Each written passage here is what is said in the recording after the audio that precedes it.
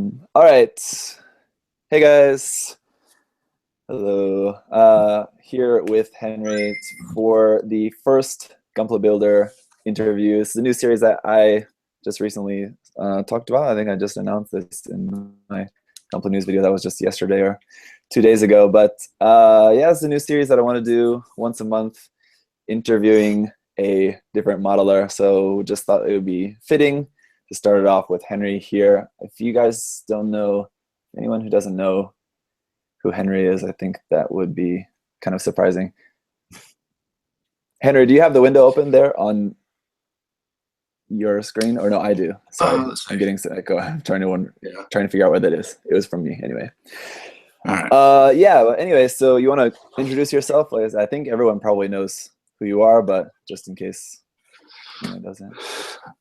My name's Henry. I go by vegeta8259 pretty much anywhere I post. I'm on Twitter, YouTube. I have a blogger account I post my photos on. And I build tiny plastic robots. Among other things, you just recently built that Vegeta figure as well, right? Yeah, that was a few months ago, earlier this year. All right, so I figure we'll just kind of start at the beginning, which is kind of a question that we probably have both been asked a million times about, like when you got started getting into Gundam or Gunpla, but I kind of wanted to just ask a little bit more specifically because I don't think I've ever heard this from you. But obviously you got into it from Toonami, right? Same time as me and a lot of other people in our generation did. How long, but I wanted to ask, how long were you like watching the anime, and how much of the anime did you see before you even got into models at all, or got your first model? See, I'm pretty sure Gundam Wing started in like March of 2000, and I watched it all the way through its first run, all the way to the end of the series, and it was like July, I think, when I got my first Gunpla kit. So it was a couple months.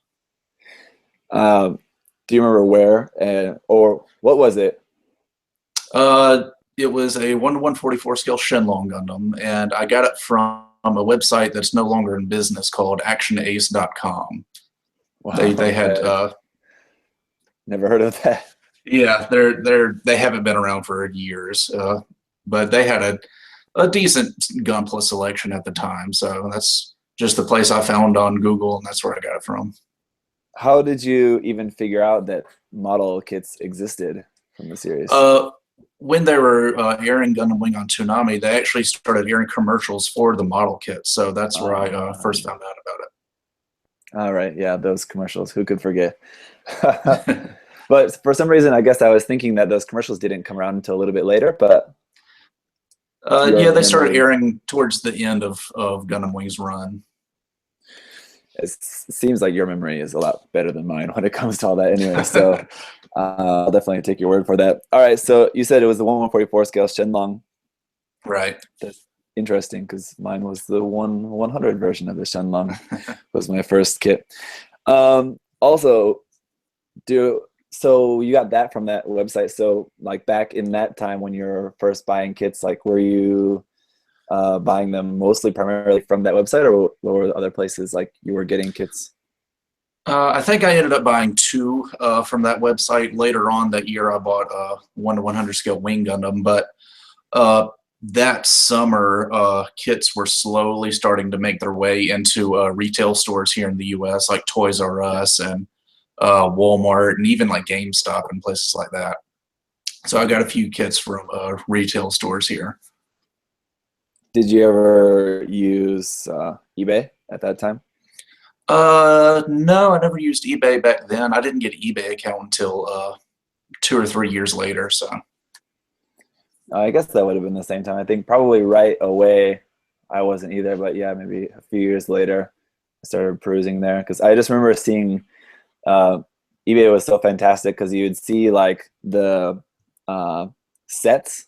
Like, a lot of people were always selling like sets, so it'd be like 4, 5, 6 kits that would be selling Right. together. And just, like, Yeah. saying like, oh, I really wanted to buy that.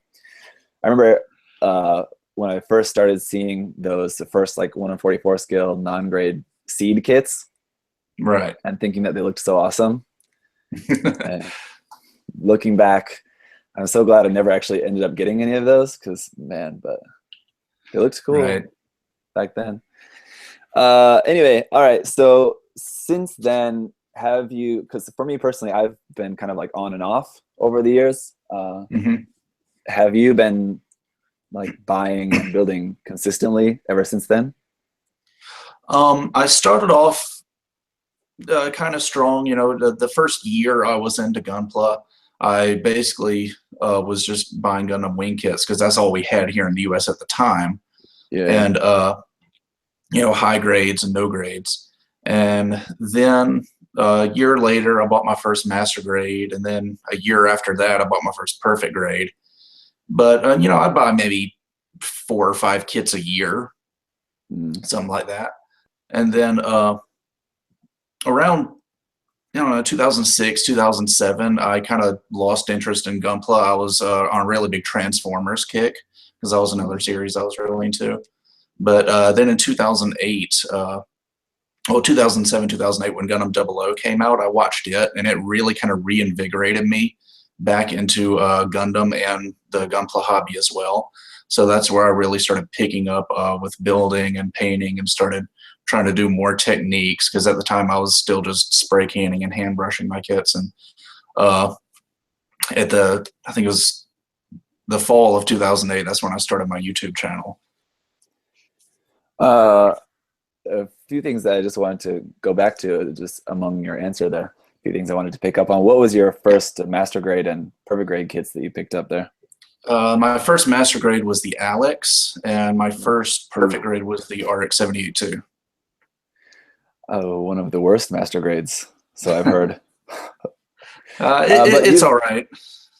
You've since built, I remember a couple of years, I think I saw you did a video, you did a resin kit or a resin conversion kit of that as well, didn't you?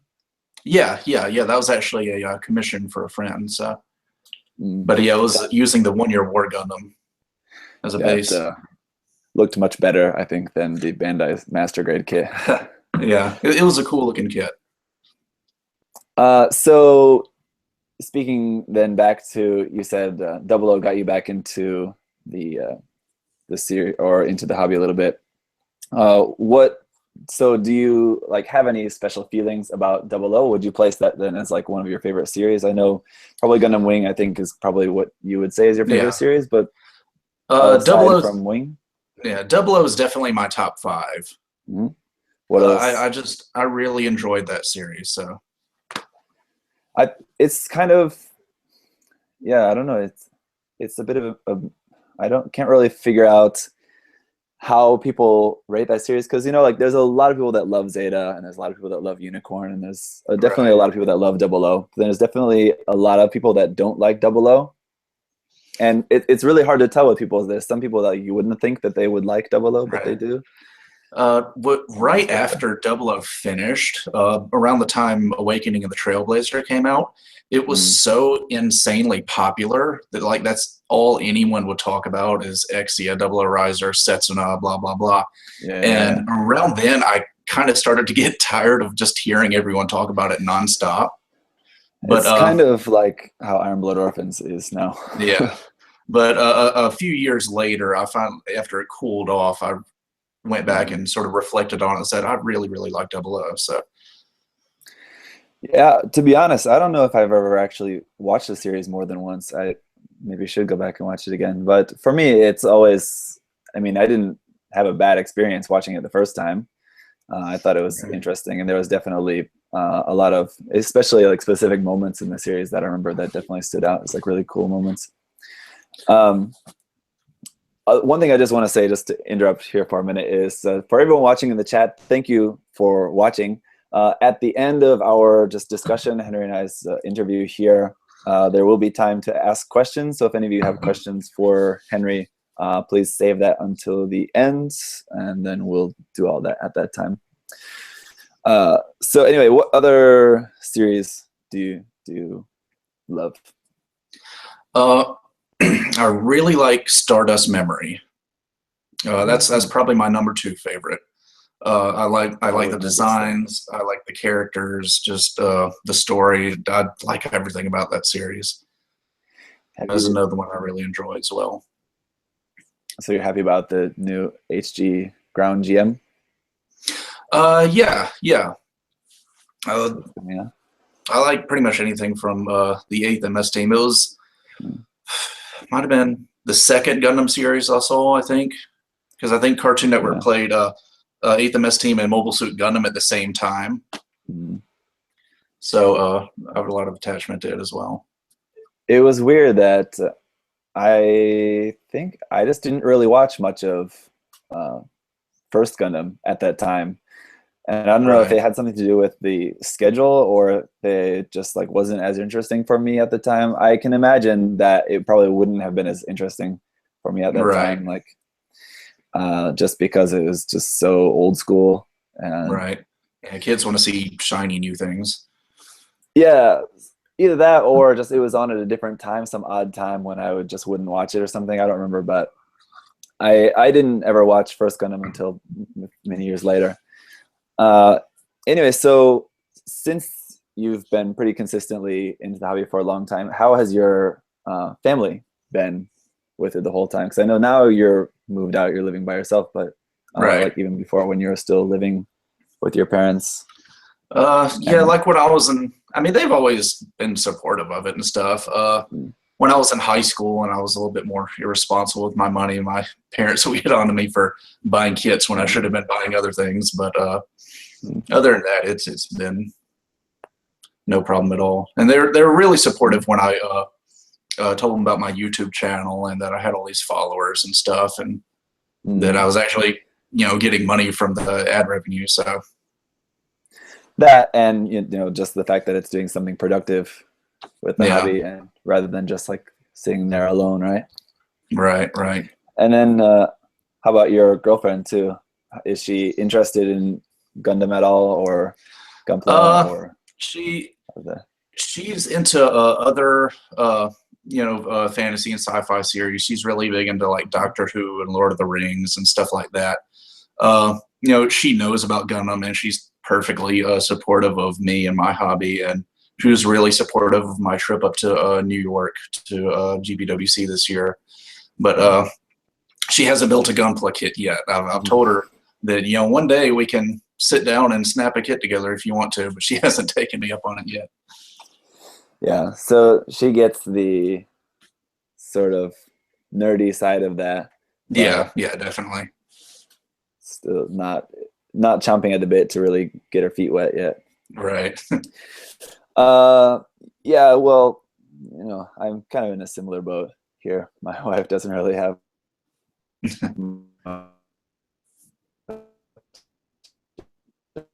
any. So really, just to tell a quick story about that.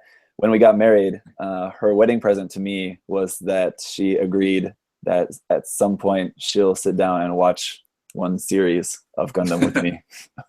We still haven't done that, so actually she still owes me that present, but someday we'll have to do that. So I'm trying to think of which one will be the best. I think Unicorn is probably going to be the most enjoyable. Yeah, that requires a lot of backstory though. Yeah, that's the thing, because I think like that's the most like cinematic and like really just like best done series. Right. But yeah, at the same time, I'll have to be just explaining everything the whole time, what's going on, or just say like, there's good guys and bad guys fighting, and just, I don't know. Someday. All right. So yeah, as you said, you started off with the spray cans, as did I, and as do I'm sure a lot of people. So how long were you painting with that, or have you done any hand brushing, or how long was it that from when you started painting at all until you switched to using an airbrush? I started painting with my very first kit. I actually ordered it online and then went to the hobby store and bought paint for it before it even arrived in the mail. But started out hand brushing, and within a year or so, I'd bumped up to spray canning. I have a very slow build up compared to I think a lot of other modelers who pretty much like start out with spray canning. Some people I've even heard starting out with airbrushing. Yeah. So more power to them. Honestly, I wish I had started airbrushing a lot sooner than I did, because I didn't start airbrushing until like 2010. Yeah. Or was it? Yeah, 2010 is when I got my first airbrush. So I was spray canning and hand brushing for a long time. It's the same for me. I wish I would have gotten to airbrushing sooner, and that's one thing that we've talked a lot about that on Gunpla Talk, and I've talked about that other times as well. And just those of us who do airbrush now, I think we know, like, damn, should have been doing this like a long time ago. It's such a big hurdle, I think, to get over. So that's why I wanted to ask you about that, because I know a lot of people are hesitant to get into that, and obviously it's a big investment, and there's a little bit of a learning curve. It takes a lot to get used to, and like when you've invested that much into a tool, you want to make sure you're not going to break it or do something to just mess it up or something, or mess up your kits, which can also be expensive too. So what was your first airbrush? Well, actually, I say I got my first airbrush in 2010. What I really mean is I got my first double action airbrush. I'd had like one of those little cheap, like $20 single action airbrushes that you can, hook up to like a little propellant can. Yeah. And I used those a little bit, but since you don't have very much control over it, I didn't really get a whole lot of use out of them. I figured I might as well just be spray canning. But my first double action that I got in 2010 was an Iwata HPC, I think. Mm-hmm.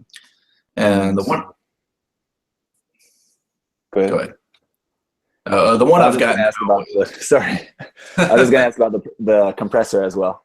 Oh, the compressor was a Tester's compressor. It was just the little clear blue one. You can find them at Hobby Lobby and Michael's and stuff. It's really inexpensive. It only cost me like $80. Mm-hmm. And then my dad actually had a regulator in his workshop that I attached to it for that. So, yeah, because that's the other thing that I see recommended a lot for people who wanted to get into airbrushing. It's like a lot of people will say, I'll start off just with something cheap to get you going, just to see if you like it. And I kind of disagree with that, because I think if it's something you really want to do, you might as well just spend the money to get something nice to start off. But at the same time, if it gets you airbrushing sooner than later, then yeah, that is I guess a good point of just getting something cheap. Right. Yeah, I got probably 2 or 3 years out of my first compressor before I upgraded to a much nicer one. Mm. The one thing that I'll say, and this may just be a convenient excuse, but the one thing that kept me from getting an airbrush for a while is because I was like moving around between Japan and Korea, and it uses different power supplies. So there's not much use to buy one that I would not be able to use like a year later. Exactly. So that's one thing that held me off for a little while anyway.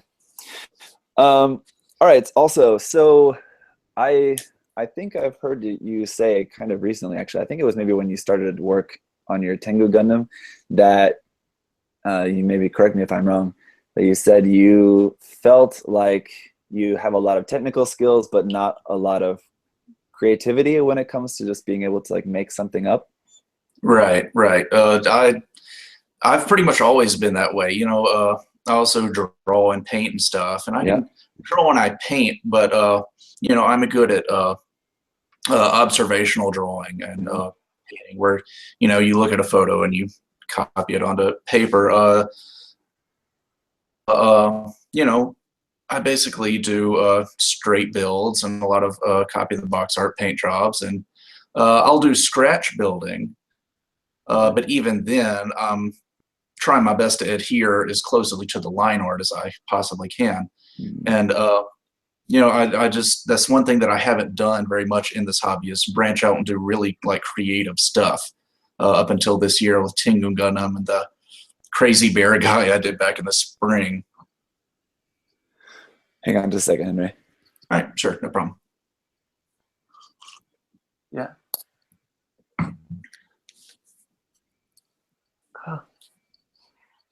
Oh, contender. And you kept going. My wife needs to come in to get some things from her desk. Oh, but piss. She didn't want to be on camera. So, yeah, I think your recent, more creative things, the bear guy, like you said, and the Tengu Gundam and stuff, have been really interesting, and I think it's been really cool for us, the viewers, to see that side of your work. That, like you said, you haven't really done a lot of stuff like that, and Right. especially I think with build fighters, like custom building and things like that are definitely very popular now. Right. So I think that's the kind of thing that people are really excited to see these days. But so when it comes to like more creative stuff, like you've only done a few projects like that so far, but I'm sure maybe going forward you're going to be doing more stuff like that. But where do you get a lot of your inspiration for your work? Any place in particular? Basically just browsing the internet. We were like, before the live chat started, we were talking about Modelers G. That's a place that I actually browse almost daily and see a lot of really cool stuff on there. And just the people I follow on Twitter and Facebook, seeing their builds and what they're doing, and other people on Facebook as well. Just the Gunpla community in general is where I get a lot of my inspiration from. Because I'm not really big into like buying the hobby magazines and the Gundam weapons books and seeing all that. Although those are nice, and I know a lot of people go through them. It's just for me, it's easier just to go online and see what's out there. Yeah, sure. I'm the kind of the same way when it comes to those books. It is always tempting to want to pick up some of those books because some of them are really super nice, but they can also be kind of expensive. And when you have so much online that you can just look through just at any time very easily, right? Then, I have a couple of books though that I'll just occasionally glance at. Though, is there anything that's like outside of Gundam that you can like get some inspiration from? Like, for example, for the past few builds and stuff, I've been looking especially like at a lot of Matt K stuff, and for some of the builds, like for my color schemes and stuff, I just thinking about like some other non-Gundam things like Metal Gear or something like that as well. Anything outside of Gundam that you look to for inspiration?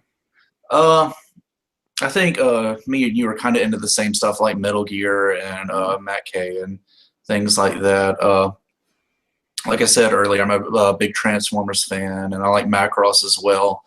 I haven't done a whole lot of crossing over like designs and color schemes and stuff like that, of like inspirations from other series, but it's certainly something that I would look into in the future.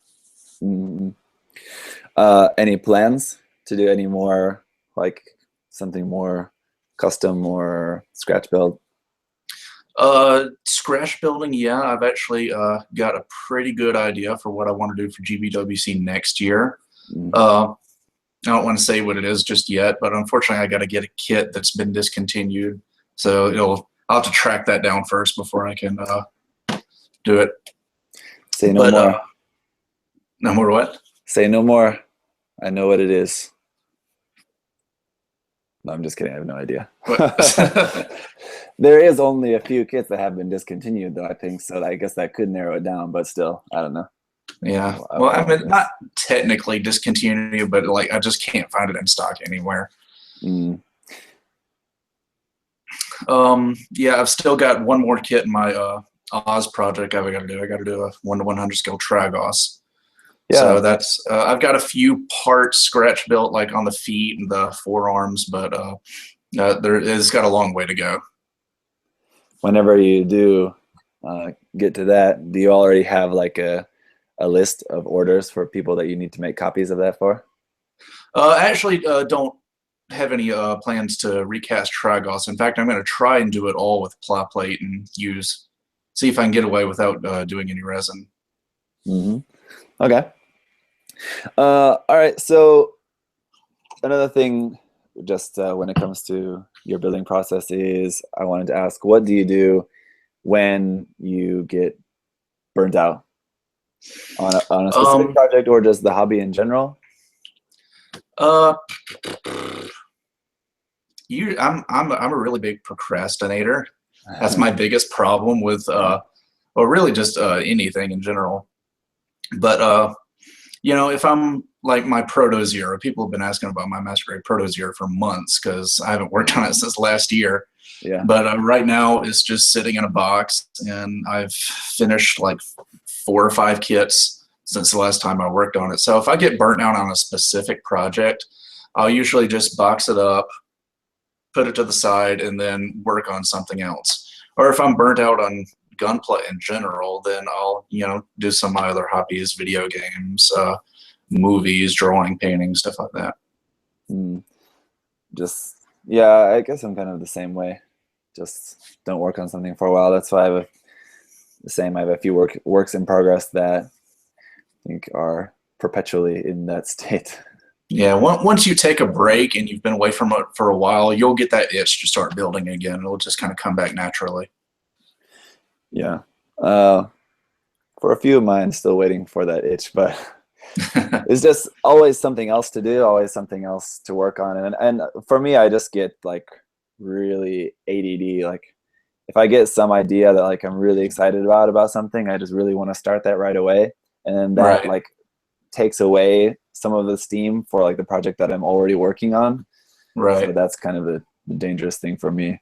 So I usually always have like a couple like active works in progress, and then a couple of works in progress that are kind of like done for the time being. So I don't know, that's not the best way to do it, but unfortunately just the way that works for me for the time being. Yeah, I generally try to just work on one project at a time, but I think I've got 2 or 3 kits that are like halfway done in my backlog. So maybe we can take a moment now to talk about our little build-off project. Sure. I guess this will be the official announcement then. Yeah, why not? Now's the best time as good a time as any. If you guys, and you know, I was actually kind of surprised that no one figured this out. I think I maybe have made mention of this on a live video before on Gunpla Talk or something. But you unboxed this, and then like 2 days later, I put up my unboxing video, and no one made any comment. I expected someone in the comments to be like, "Oh, hey, Henry just unboxed the same kit." Yeah, but I didn't have any. Nobody put the pieces together on mine either. No, but anyway, Henry and I are doing a build off of the mega size Zaku. Yes, someone just guessed it just as I said that. So yeah, this big, huge thing, we're going to be doing our build off for this. As I said in my unboxing video, mine is actually going to be a gift for a friend of mine, but I'll still just be doing it up all for our build off. So I have a lot of ideas that I want to do for mine. Nothing really too crazy, but do you want to talk about your ideas now, or are you going to keep that secret, or? I'll just say that I'm doing a couple modifications, and nothing, like you said, nothing too crazy, just some simple modifications, and then a custom color scheme. You want to talk about that, or keep it a secret? I'm planning on doing actually I've already finished the LED mods, adding an LED to the mono eye and in the machine gun, and I'm going to replace the pipe segments on the head, the torso, and the legs, and then I'm going to paint it up in the black TriStar color scheme. Very cool. Yeah, the piping is something I'm definitely thinking about changing as well. just Right. because of the seam all the way down there. Right. It's just going to be annoying. Yeah, one of the things that I'm considering for the piping is either doing heat shrinking or epoxy putty to make it like kind of more like Thunderbolt style Oh, okay. Yeah. piping like that, just cover that up. So I'm thinking about that. Yeah, I won't get into too much details about my ideas now either, because I'm planning on doing a lot of work in progress videos and stuff, and I'll be going over all of them. But probably sticking to mostly the original, like this color scheme, but there'll be a few areas that are a little bit different. Thinking about scratch building the weapon rack to hold the weapons on the shield. Oh, the shield. Okay. So that would be like the HG, the HG high mobility type Zakus have that. Right. So basically, just looking at that part and just have to like sketch it out on some plot plate and just blow it up to the correct size. Shouldn't be too difficult, but still thinking about that. And then just some different painting and weathering techniques, I think, on that. So sounds good.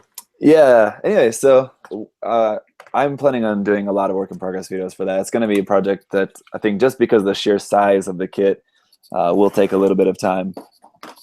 And if the recent E3 build-off was any clue, I'm not too good at finishing kits right away. So those of you watching, don't expect our kits to be, I don't know how quickly Henry will finish his, but don't expect our kits to be finished anytime soon, but sometime probably in the next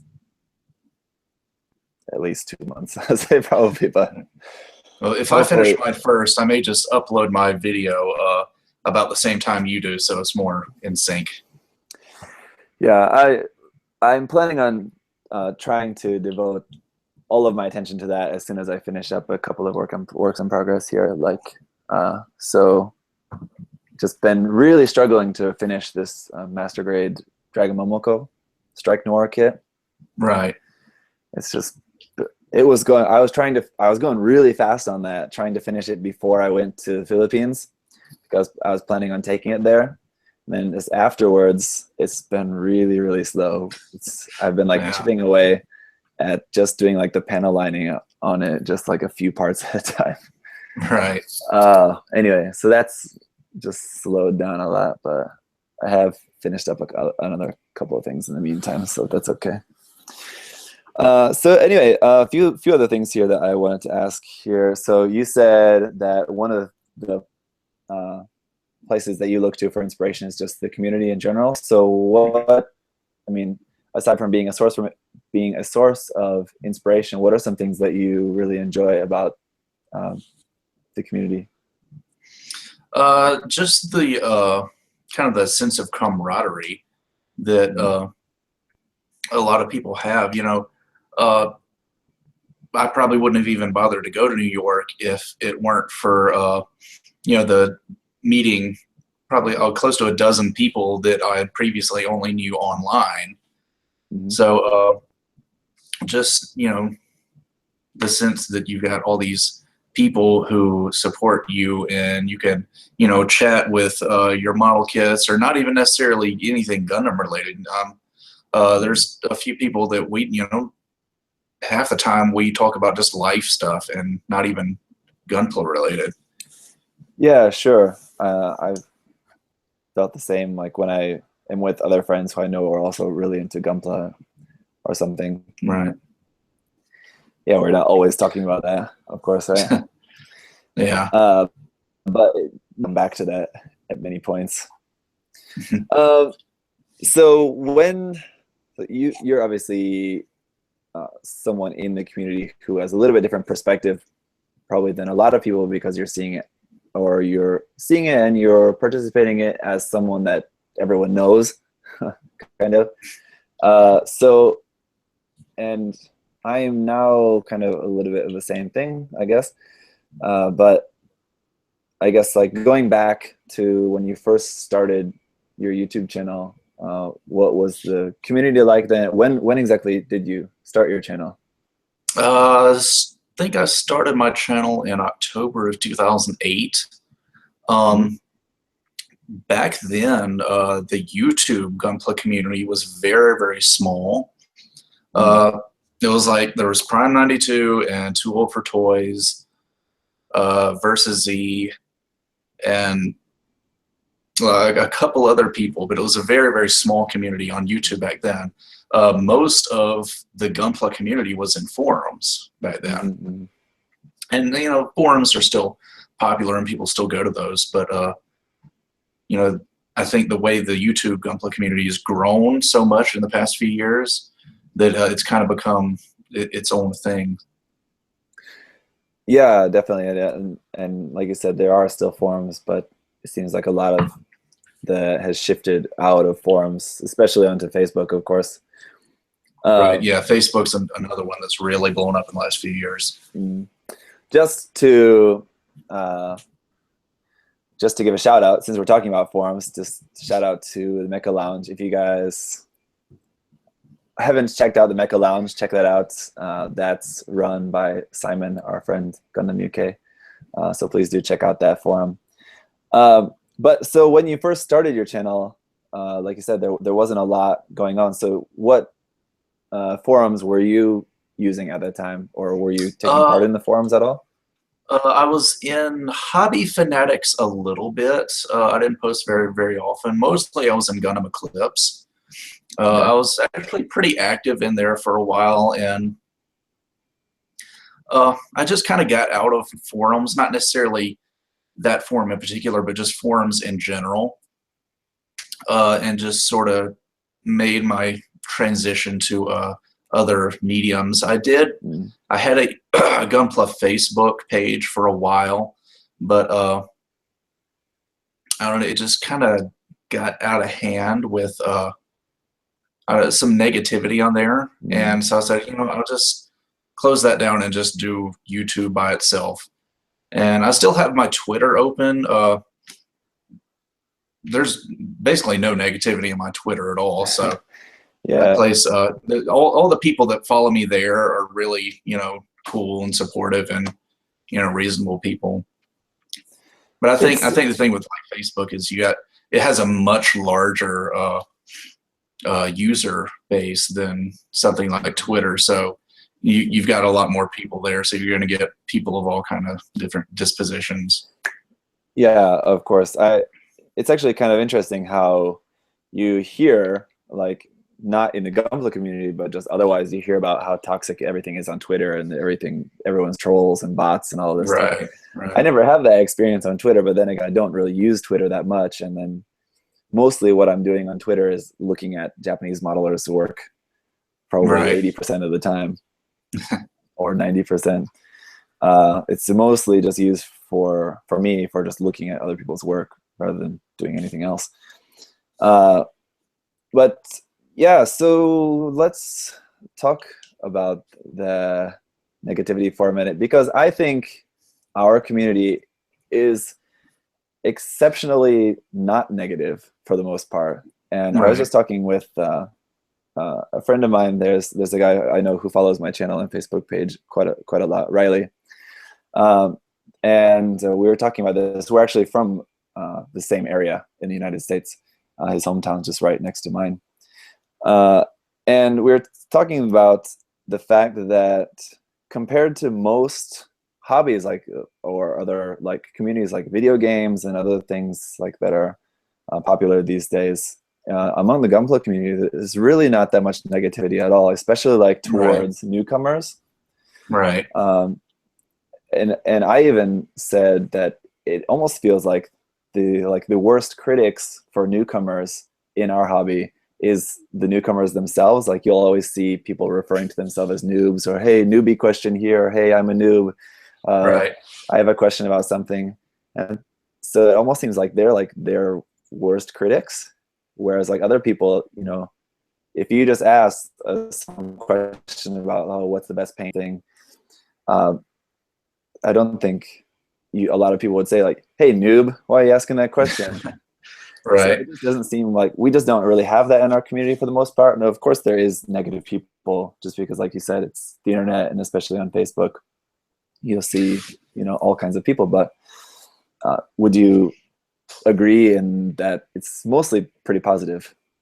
Yeah, I do agree. You know, like you said, everywhere you're going to get people every now and then that are going to be negative and hateful for seemingly no reason. But for the most part, I feel like the Gunpla community is really encouraging and really supportive of everyone that's in there.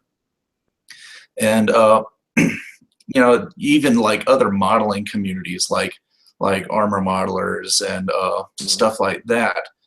You've got not necessarily negativity, but just people that I feel like are really uptight. And you know, everything has to be done a certain way, and you can't deviate from that process. But with Gunpla, I think there's a lot more leniency for creativity, and I think there's more. I don't want to phrase this. We generally, you know, cut people slack most of the time. You know, somebody's just starting out and they do you know, a hand brush paint job and it doesn't look that great. We're not going to rip into them. We're going to say, hey, that's a nice attempt. Here's some info so you can do better next time. Yeah, that is, I think, also another area. I think one of the few times that you do run into negativity, it is usually in that sort of situation where it is someone who is relatively new, usually, and doing something, and then someone will critique that work, and then that critique is taken negatively. Is unfortunately what tends to happen. I wouldn't say often, but it does happen a noticeable amount. And so again, I think that's just going back to usually the people who are the newbie are usually their own worst enemy in that case, because they're not taking the criticism the right way, unfortunately. Right. But yeah, like I said, I think it's a very supportive community. And even for people, I mean, I see people who are, I would consider very like expert level modelers, asking questions to each other all the time. I mean, just asking each other questions about stuff is just something that definitely we all do all the time. So you never stop learning. Yeah, of course. And so just like preemptively starting a question to someone by calling yourself a noob is just not really necessary, I think. As far as negativity, I have just received a little bit over the past couple of days. I won't really get too into that, but related to my GoFundMe. Yeah, I noticed that. To ask, yeah, unfortunately. But did that happen to you? Because actually, this was something that I was on the fence about whether I wanted to do for a few months. Yeah, I remember us talking about that.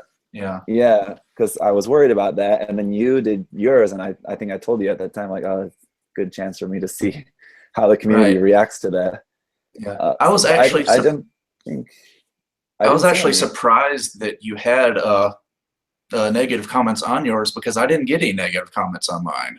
I thought I would. I was kind of mentally preparing myself for it, but I never did.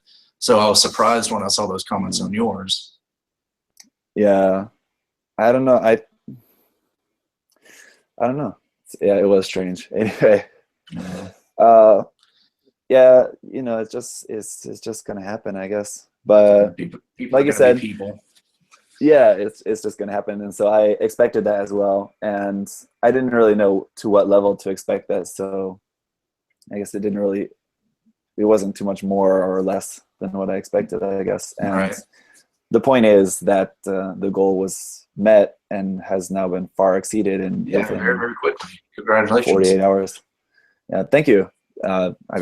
I didn't really do much yet, but except for do that. So I think for now it's just time for thanking the donors. After I come back with some cool videos, then we can say congratulations to me, I guess. Right. But the good point of that is that all of the donations, all of the money that's over the set goal, I'm going to be using for prizes, for giveaways. So Right. that's just a good way to help give back to people after it's all done.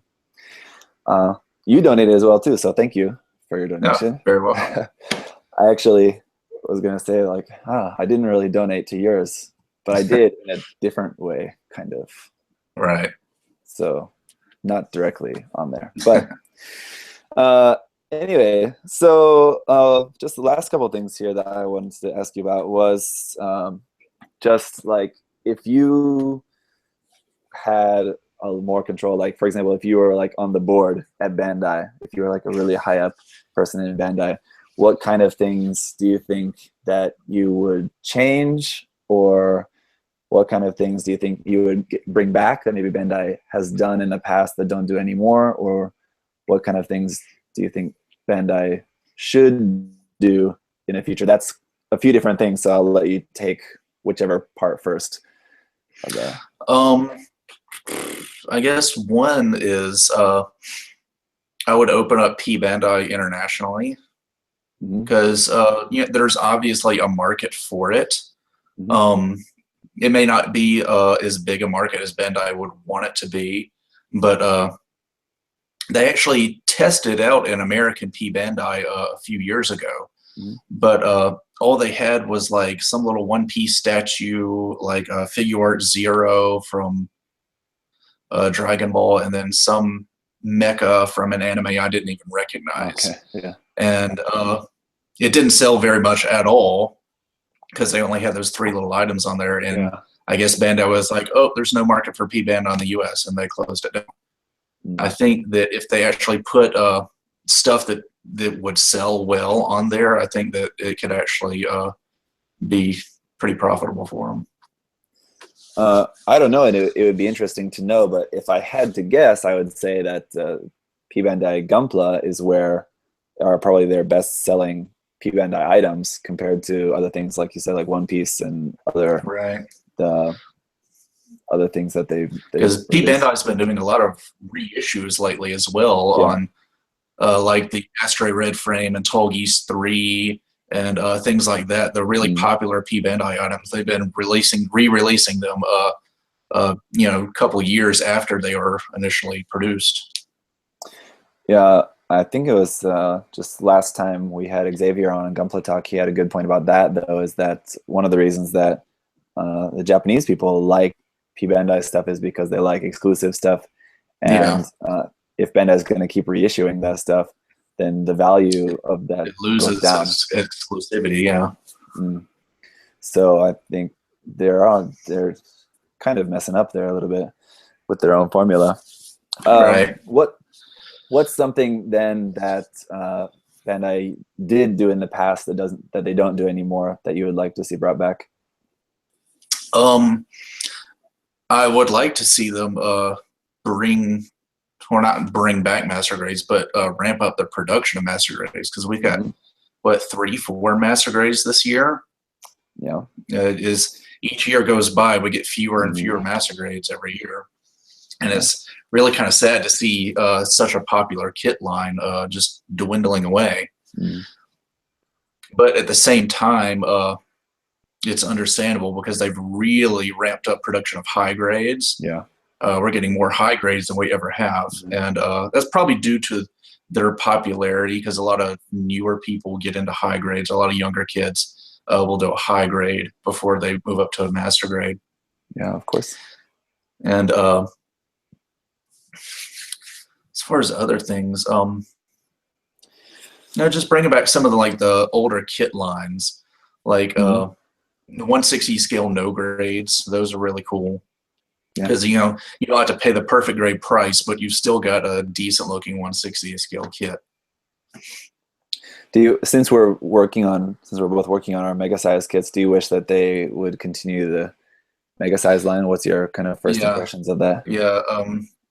I really like the idea of mega size, because it's impressive to see this almost 2 foot tall model kit on your display shelf. So it's got a cool presence about it, and the ones that I've looked at online generally seem to be pretty well made. I was really impressed with the Zaku, and nice sharp details. They got clear parts for the eyes, and although they don't have inner frames and they're basically giant high grades, they're still really good looking kits. Yeah, someone pointed out as well that rather than large size high grades, they're almost more like large size RE100 kits, which I think is pretty good. I mean, that's also kind of RE100 kits are basically like large high grades themselves, but just in terms of their overall details, because of how detailed they are,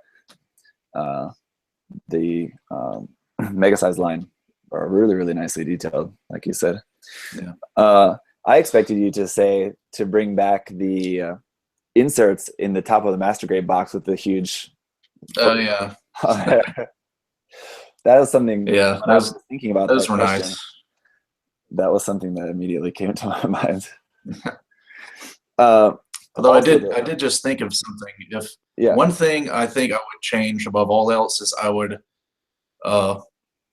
include water slides with every model kit, because Hasegawa, all these other modeling companies, every single one of them includes water slides with their kits, except for Bandai. Yeah, or at least all the master grades. Yeah.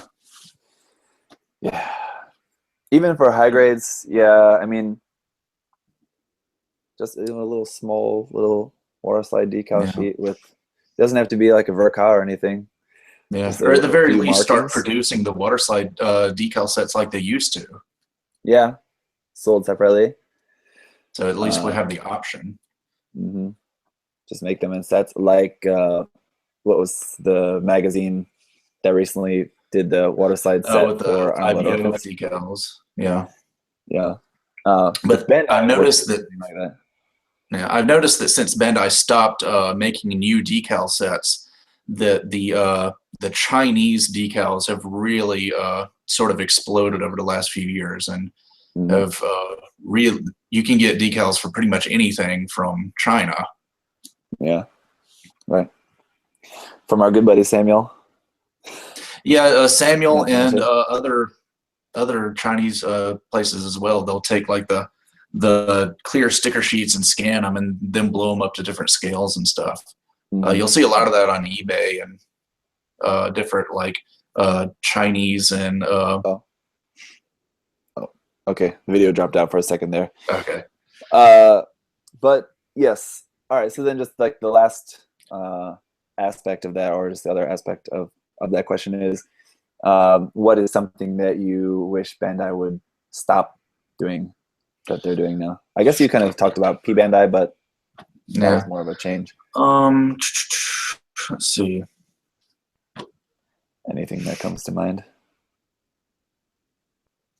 I mean, not really. Nothing that comes to mind that's not just eliminating a model kit line that I don't care for, like the SD EX standard, whatever they're called. X standard, yeah. That line doesn't make much sense to me. I don't see why they don't just continue with the BB Senshi line. Yeah, I don't know. They're cheap, but like BB Senshi kits are not that expensive either. Yeah. So I don't know. I've had mixed feelings about that. Overall, I think the kits are pretty nice. But I mean, you got to know what you're getting into when you get them. So I guess I would agree that if they had to cut something, that would definitely be something I think they could get rid of. Yeah. All right, so that pretty much wraps up all the questions that I had for you. All right. So we can now get into some questions that other people have. So I know that some people have already been asking questions. So if you had any questions for Henry or me, but I think more so for Henry would be better, then go ahead and ask those now. My friend Alex is there in the chat, and he's taking some questions. He's already just sent me a list of some of them here. So first question, the favorite kit that you have ever built? Favorite kit that I've ever built? It's a very hard one, I know, because That I've is been a hard asked one. that many, many times. Right now is probably Master Grade Wing Gundam. Mm-hmm. I've owned 3 of them. I've got another one in my backlog right now that needs to be painted. But I was so excited when that kit was first announced. You're talking And about like the original or the like TV series the Wing TV Gundam. version, yeah, Yeah. yeah, Okay. one that came out in 2010. Mm-hmm. Yeah, that was just a really, really fun kit, and I think it looks fantastic. It's just one of my favorite kits that I've done, and I'd probably end up getting another one at some point. Mm-hmm. Mm-hmm.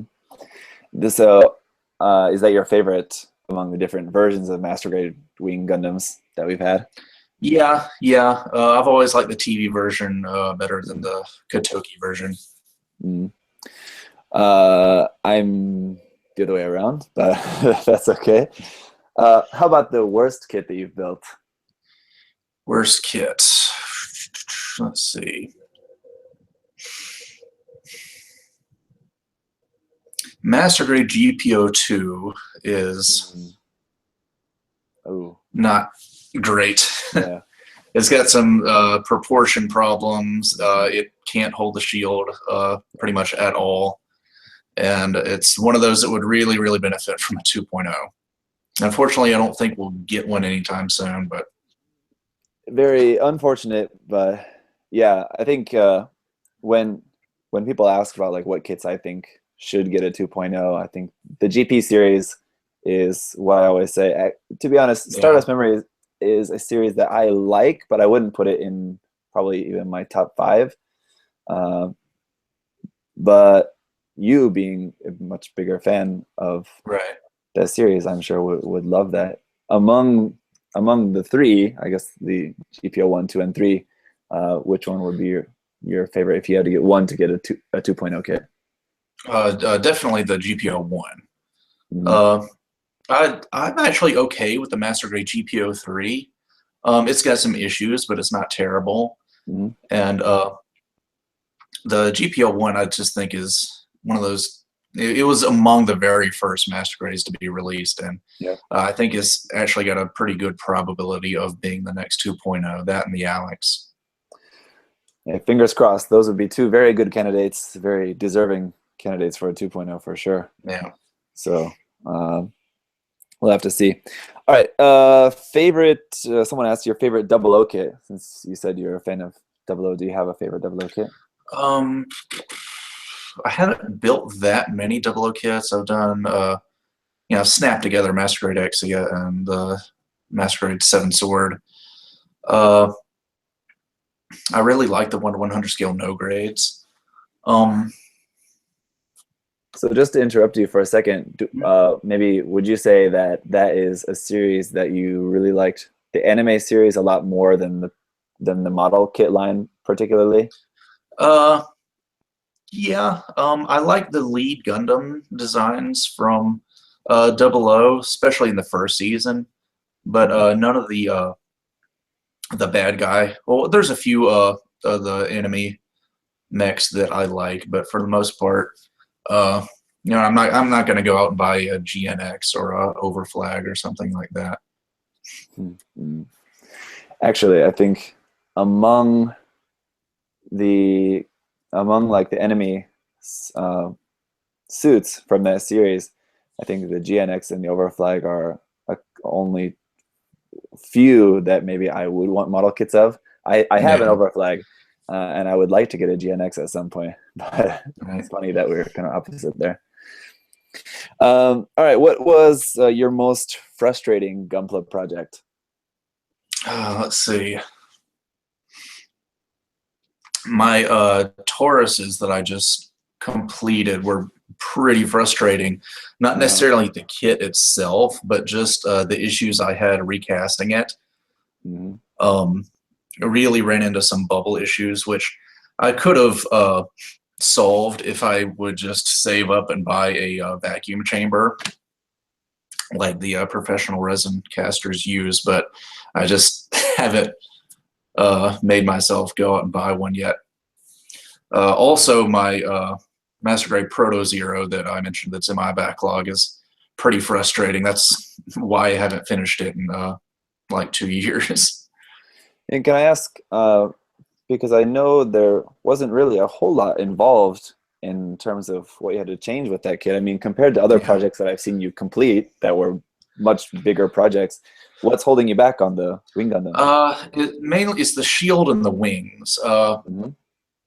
Right now, I'm trying to adapt the wings that come with the kit and modify them into the TV version wings. But the more I think about it, I think I'm just going to have to just get rid of the individual wing fins altogether and just scratch build new ones.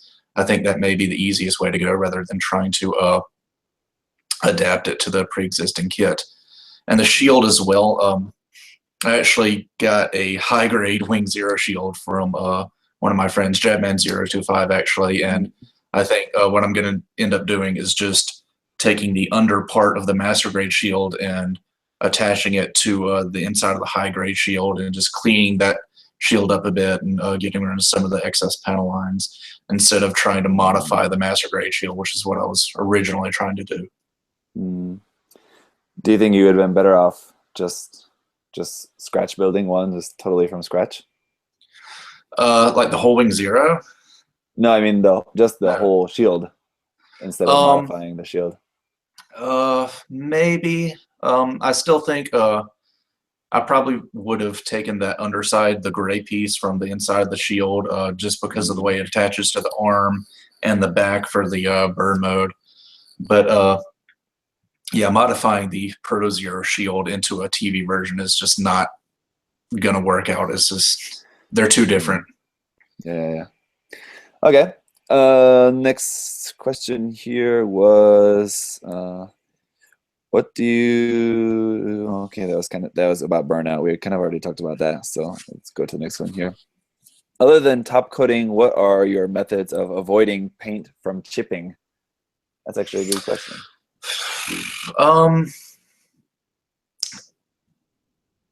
Basically just being really, really careful. Yeah. You know, I have had paint chips before. It happens from time to time and it sucks. But you know, just it's all about your prep work, cleaning up, priming, and you know, getting that top coat on there. Another thing I think that helps is trying to use as few layers of paint as possible. Because when you've got a nice thin coat of paint on there, especially like in the joint parts, the thinner your paint is, the less friction there's going to be in those joints, so that that's the less chance of paint and stuff chipping off. So when you say like clean up before you start painting, what do you mean by that? Yeah, I'm guilty of not doing this on every single one of my kits, but you know, obviously cleaning up the nub marks and making sure those are sanded nice and smooth. Some people even wash their kits, even if it's a plastic kit, and especially if it's a resin kit, wash them with some sort of degreasing agent before they even start putting the kit together. And you know, priming, make sure to use primer, and then paint and top coat after that. Yeah. Okay.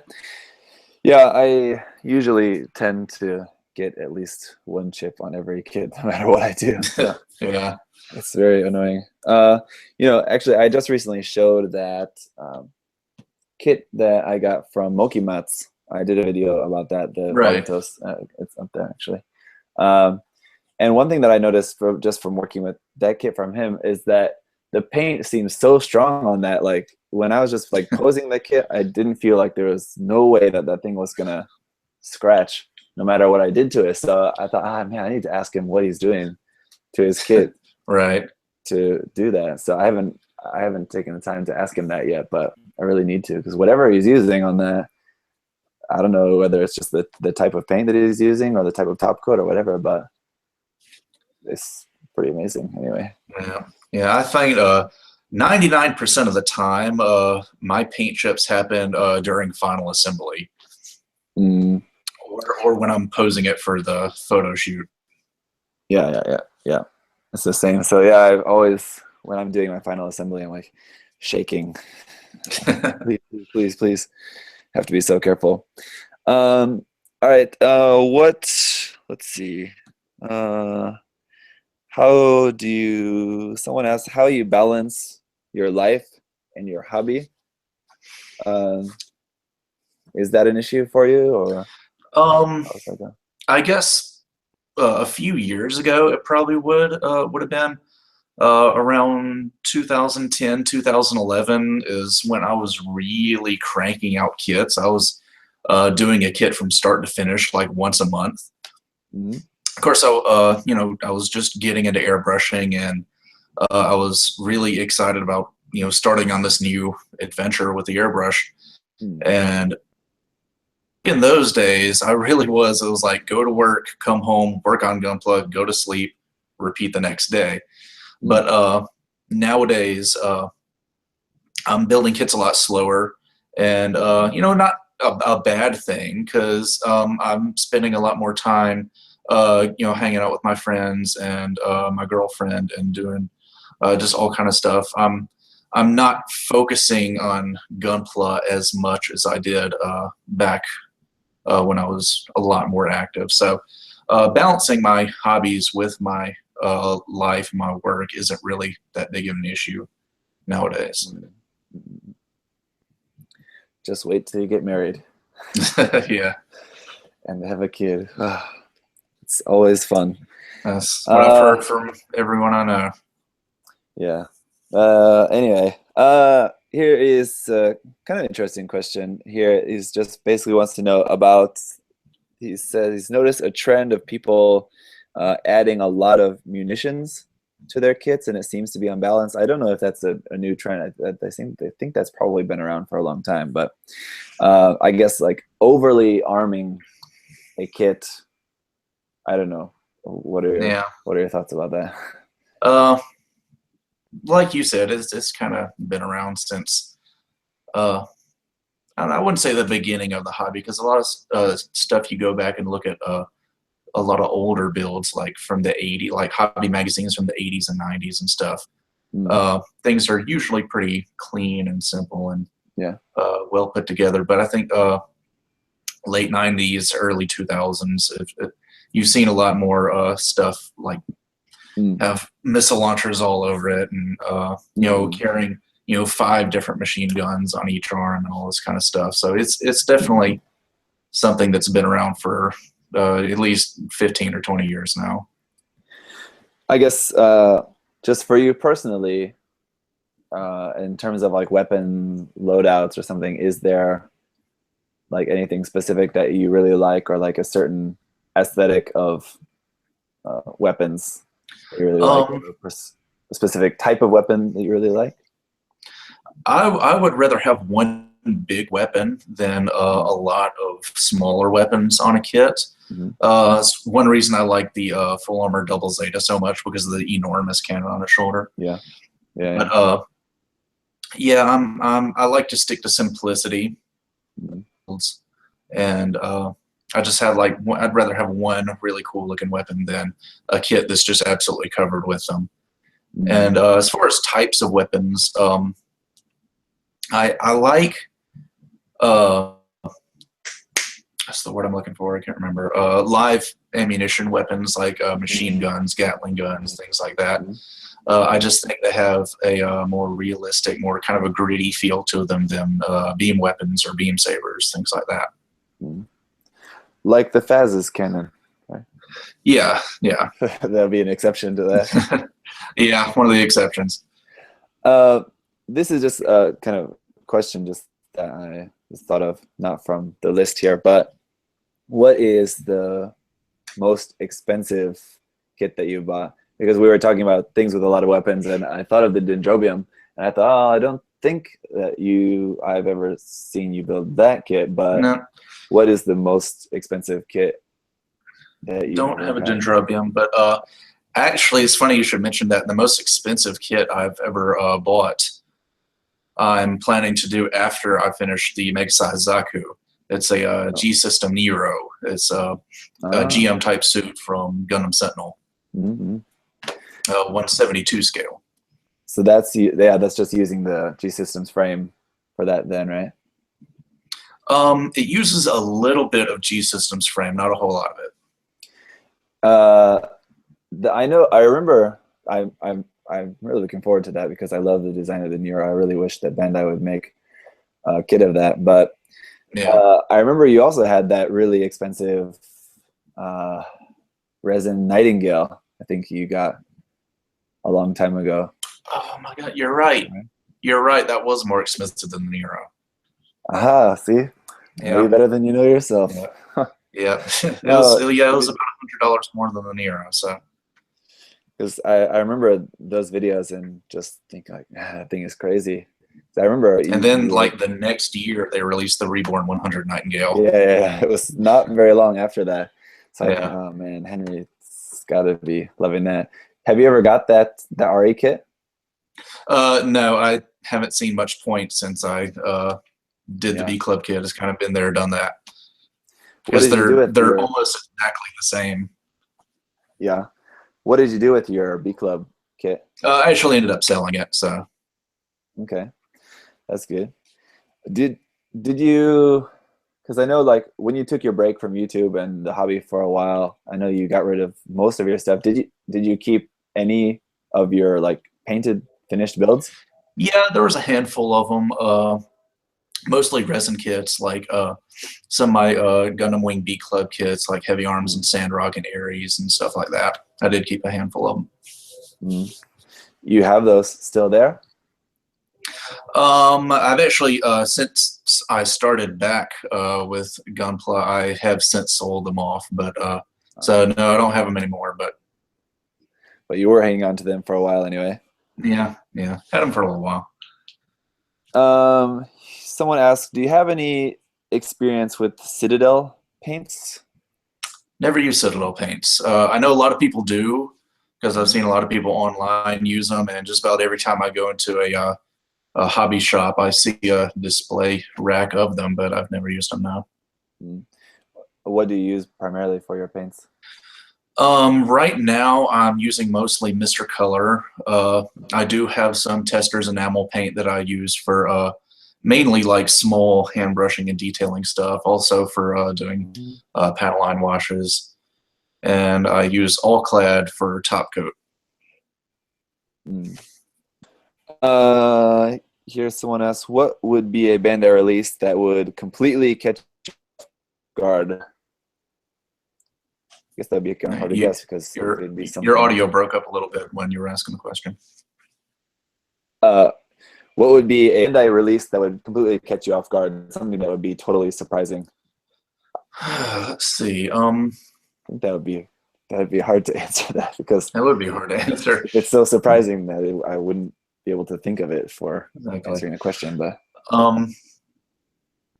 something that I would like to see, but I don't expect Bandai to make, would be like a master grade Zaku 3.0, or like a real grade Gundam ground type or Goof. I mean, those are all things that I think are very within the realm of possibility. So I think. Yeah, I don't know. Bandai to me, like, especially like the real grade line, they seem to be sticking to like the main protagonist mobile suits.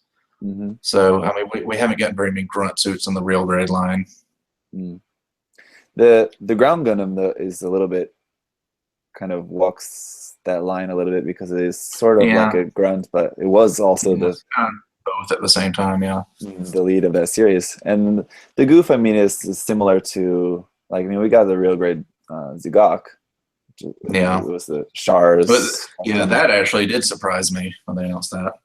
Yeah, I was quite surprised at that as well. I would have thought, if you would have asked me before that we would have got a Goof before getting that, actually.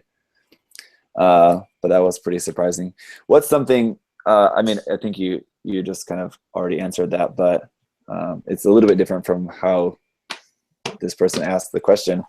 Rather than something that would catch you off guard, but something that you would just like absolutely really love I guess like the top of your Well, most wanted list? last year I think it was. Can't remember which hobby show it was at. Bandai had that poster for potential Reborn 100 releases, Mm-hmm. and the Leo was on there, and that's Mm-hmm. one of my favorite mobile suits. So obviously that's something I'm really hoping Bandai comes through with. Mm-hmm. There's actually several kits that I would like to see in the Reborn 100 line. O Gundam from Gundam 00, because we never did get a 1/100 scale of that. Mm-hmm. Yeah. It would be nice to see Bandai do a 1/100 scale Hazel on that line. GM3, although now we just got the announcement for Master Grade GM2. Mm-hmm. A GM3 doesn't seem all that out of reach now. 4P Bandai. Yeah, Hopefully I don't know. I'm not Yeah. sure that they'd be able to base it on a pre-existing kit, or if they did, it would require a lot of retooling. Mm. Yeah, I guess so. But yeah, I can agree. Those all sound pretty good. Yeah. Unfortunately, yeah, who knows if or when we are ever going to see anything from Advance of Zeta again from Bandai. Which is a shame, because I mean, there's so many cool designs in Advance of Zeta, and we've got what, 4 or 5 high grades. That's it. Yeah, unfortunately. So a lot of those designs would be on the top of my list, as well as I think actually the Nero I would put pretty close to the top, as well as Gundam Mark V, also from Sentinel. Yeah, I would love to see more Sentinel stuff. And those, I think either of those, the Mark V or the Nero, I think would be perfect candidates for the RE100 line. Right. Because they're especially with the Mark V being so big, that a Master Grade would be, a 10,000 yen kit easily. Too intense, yeah, and it's just not well known enough to be a Master Grade. There's no way that they're going to do a Master Grade of that. But that's been the great thing about the RE100 line. They're doing designs that are relatively not as well known, and so far all from the UC timeline. So I think like something from Sentinel would fit into there quite nicely. And it's funny that they teased the GM Sniper 2 for the RE100 line, and then they announced the Master Grade. Yep. So it could go that way for the as well. I mean, from my point of view, I think they could use a lot of the inner frame of the Tallgeese, but you're a lot more familiar with those proportions and everything. Do you think that they could use the Tallgeese Grade Leo kit? Yeah, because the Master Grade Tallgeese actually isn't as tall as the original specs from the show say that it's supposed to be. Okay. So it's a little bit shorter. That's why when I did my conversion of Master Grade Tallgeese into a Leo last year, it actually worked out pretty well, because the Master Grade is proportionally a little bit smaller than it's supposed to be. Okay. So has been a big question mark in my mind for a long time as to why they don't just make a Master Grade Leo when they basically have that frame right there. So and there's a few parts in the Master Grade Tallgeese that really indicate Bandai built in the contingency to make a Master Grade Leo. Like there's a little port that opens on the back that the Tallgeese doesn't use at all, but the Leo does. So.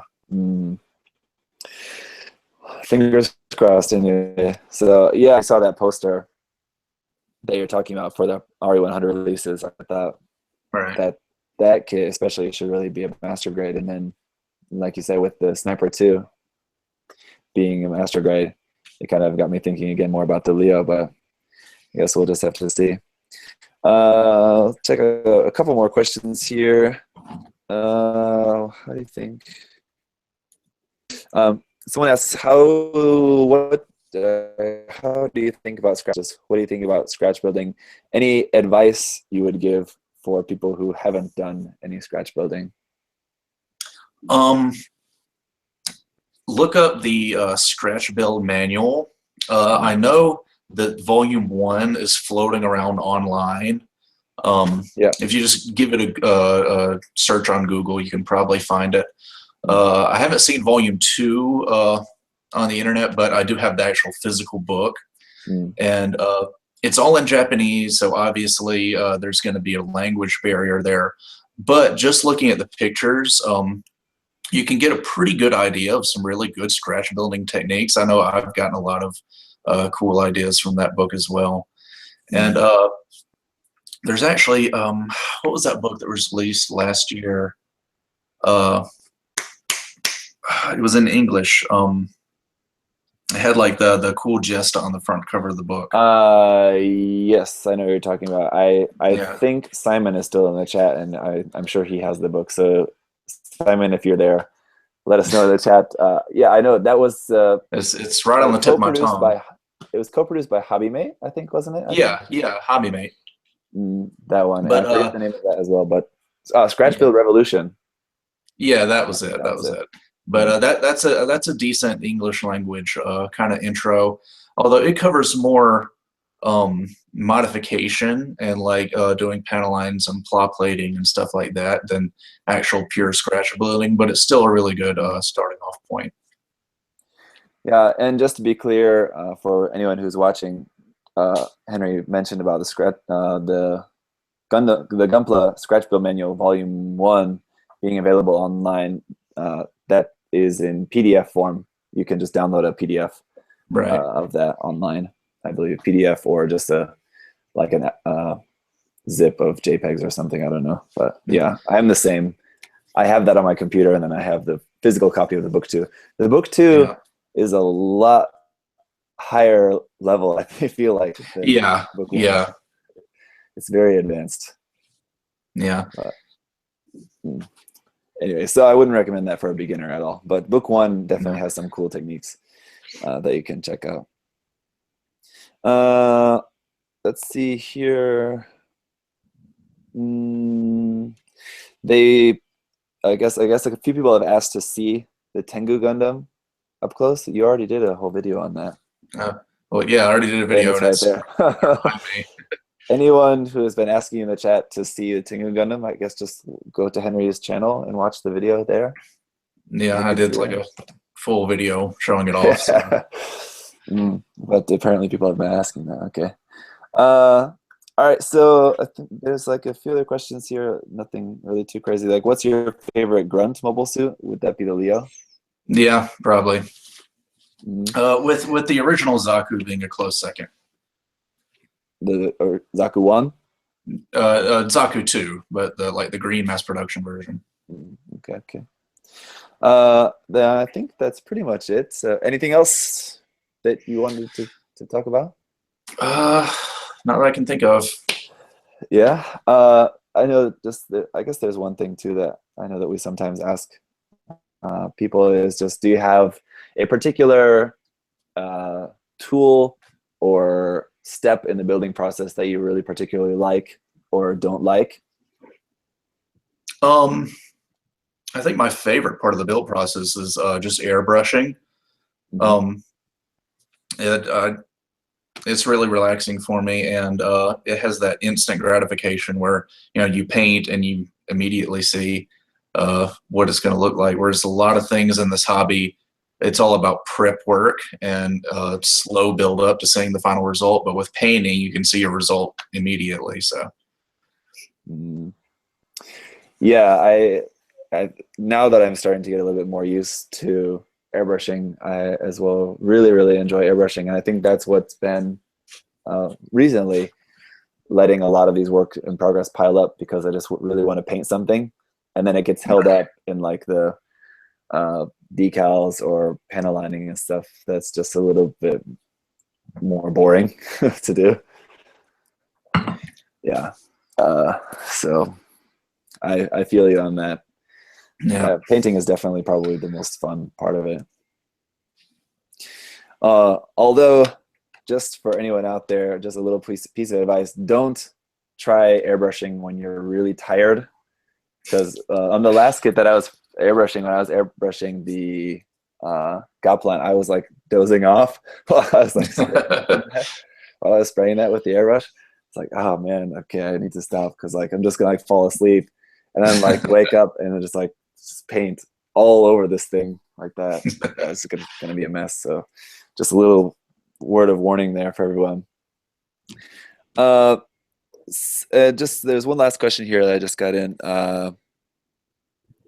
Someone's asking about the paint and thinner ratio, having a problem with that, and about Rust-Oleum. He's using Iwata Neo gravity fed airbrush and Rust-Oleum in a can. And you used to use Rust-Oleum in the past? Yeah, Rust-Oleum is a really thick paint, straight out of the can. The general rule of thumb for a ratio is like 1 part paint to 2 parts thinner. But it's like I tell anyone, you just have to play around with it. Because start off with the 1 part paint to 2 parts thinner, and then if it feels too thick, add a little more thinner. If it feels too thin, add a little bit more paint. Just play around until you get with a consistency that you're comfortable with. And once it starts spraying smooth and you don't have any spattery effects, and likewise, if it's too thin, it's going to be running all over the place, and the pressure from the airflow will actually blow the paint everywhere, and it'll be a mess. So it's just something you got to play around with, and you'll eventually get to somewhere that you like. Yeah, and I would pretty much agree with that. You have a lot more experience than I do, but just from my experience, it is just something that you just get a feel for it. And I know there are some people that are really exact with measuring out their ratios and everything, but I just can't get into that. I'm the same way. I pretty much eyeball everything. Yeah. And I mean, as long as you're not mixing the paint, if you're just using it straight out of the jar, like Henry said, if you need to add a little bit more paint, add a little bit more paint. If you need to add a little bit more thinner, after you're done and you still have paint in your cup, you can always throw it back in the bottle. So, yeah, just always make sure that it's spraying. So like spray on plastic spoons or spray on a piece of paper or something, whatever you want to do. Just once you've got it mixed and ready in the cup, make sure you try it first before you just start to go on the part straight away. Yeah. So, all right. So anything you want to plug? We already talked about you're on everywhere. Yeah, just anything in particular? Twitter and YouTube. What are the next things we can expect to see on your YouTube channel? I'll probably do a couple work in progress videos for the mega size Zaku. I've got a Macross kit that's all built together. I just got to start painting it. And then after that will be the G-System Nero. Cool. Yeah, so we'll be trying to both working on our mega size Zaku, and so people can see all of that stuff on your and my channel.